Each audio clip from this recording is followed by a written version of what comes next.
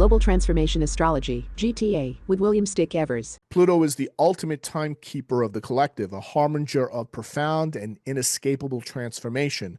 For a time, individuals and societies may ascend their peaks, confidently believing they've unraveled life's mysteries, constructed enduring models of existence, and mastered the nature of God and humanity. But then Pluto arrives, unyielding and untimely, revealing truths of staggering depth in a single moment, everywhere, and all at once.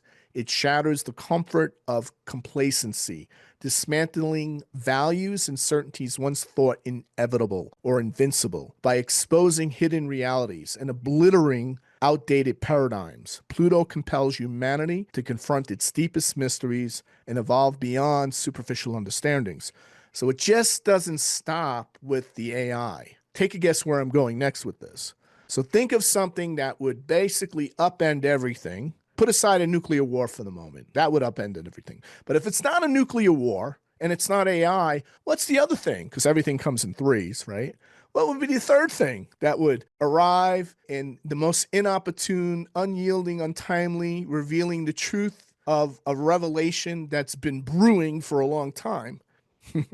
Right? Somebody is going to unveil something and it's going to be like deja vu all over again. And this has to do with UFO disclosure. This is something Richard Dolan talked about back in 2017 on Coast to Coast. Dolan said basically that the people in charge of keeping the secrecy about UFOs are not the only factor anymore. And it's quite possible, and this is from Dolan himself saying, that Trump could play a role in disclosure. He says, quote, "We have a president really for the first time in our modern history who's not on board with the deep state, with mainstream reality, and with mainstream consensus." So Dolan suggests that Trump's war with the intelligence community and affinity for Alex Jones, now with his alliance with RFK Jr., will push him towards moving towards disclosure, right? So something that would normally like take 20 years will happen over the next 2 years. So Trump stated that he vowed when he became president, he would release all the long secret files related to the JFK assassination. He released many of them, but there's still files the CIA did not release. He claims that him and RFK are going to walk in the CIA building, grab all the files physically themselves, and take them out, roll them out, and begin disclosing what really went on. JFK's assassination, RFK's assassination. This is really important, folks, because we know that JFK's assassination is directly related to the UFO file and the UFO cover-up, and that will blow the lid. And that's the real reason the CIA does not want to let out why they assassinated the president, because it had to do with something that is very much connected with the UFO secrecy, the nature of the secrecy, and of course, a lot of the rumors, not the rumors, we have documentation where we were going to share national security assets about the reverse engineering programs with the Russians for a joint space mission to the moon, because the Russians, along with us, discovered a base on the backside of the moon, which potentially held a existential threat to humanity. So that was the real reason we went to the moon. That's the real reason we really forced the issue, and we spent the $100 billion.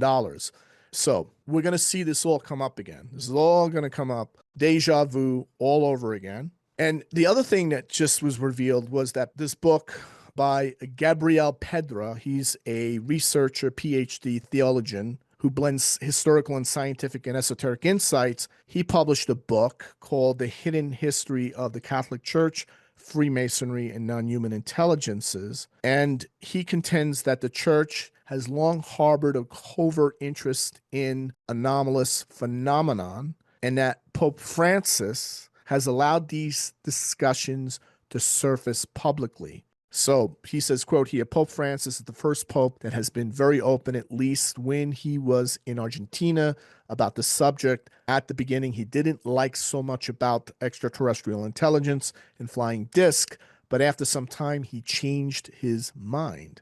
So before he became pope, to the papal ascendancy, he interacted with influential UFO researchers in Argentina who are very connected with the Argentinian government and defense ministry. And these encounters and discussions shaped his understanding of the universe and expanded his openness to the phenomenon beyond traditional theological interpretations. So, one of his mentors claimed that he received a prophecy from an extraterrestrial being when he was a priest that he would one day become pope. And he initially dismissed the prophecy, but it essentially planted a seed for the Pope's later willingness to explore this unconventional thinking.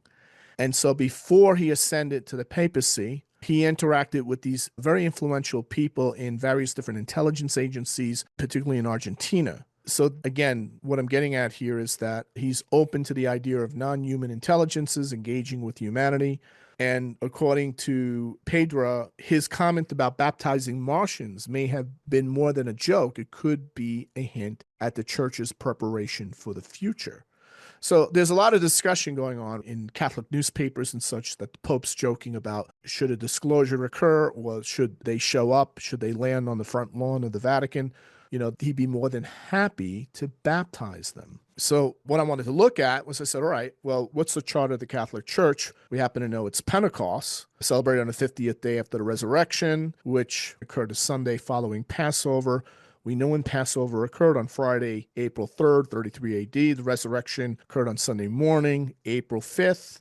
Pentecost would have fallen 50 days later. That would be May 22nd, 33 AD. Pentecost, according to the Bible, occurred during the early morning hours of the third hour, that's 9 a.m., in the temple on the second floor. So this is the chart of the Catholic religion or the Catholic Church. Now, what's interesting here is look where Neptune is, 0 degrees Aquarius. Pluto entered in Aquarius. It's going to be there.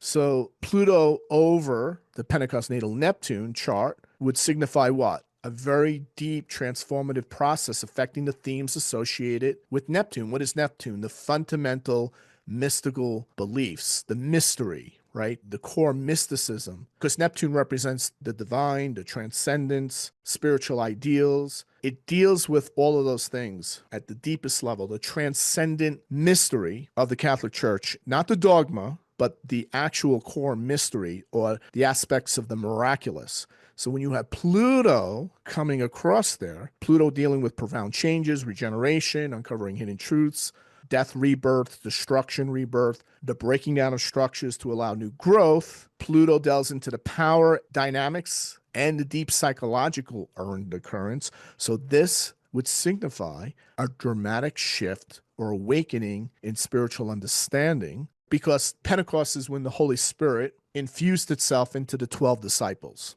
So the 12 disciples were on the second floor, along with Mary, Jesus' mother, and they were infused by the Holy Spirit. What's the Holy Spirit? Neptune.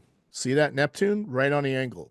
So Pluto there would indicate a massive, like an uncovering of what is hidden. And Neptune would represent the divine mystery. So this could be equivalent to, what the current Pope, Pope Francis, where there'll be revelations that will come out that very much are connected to these non-human intelligence, engaging with humanity, engaging with the church, with its history, all this stuff. So we're going to see a lot more of that next year. A lot more of that is going to come out. So there's no precise prediction we can make, but I think we're on the verge of what?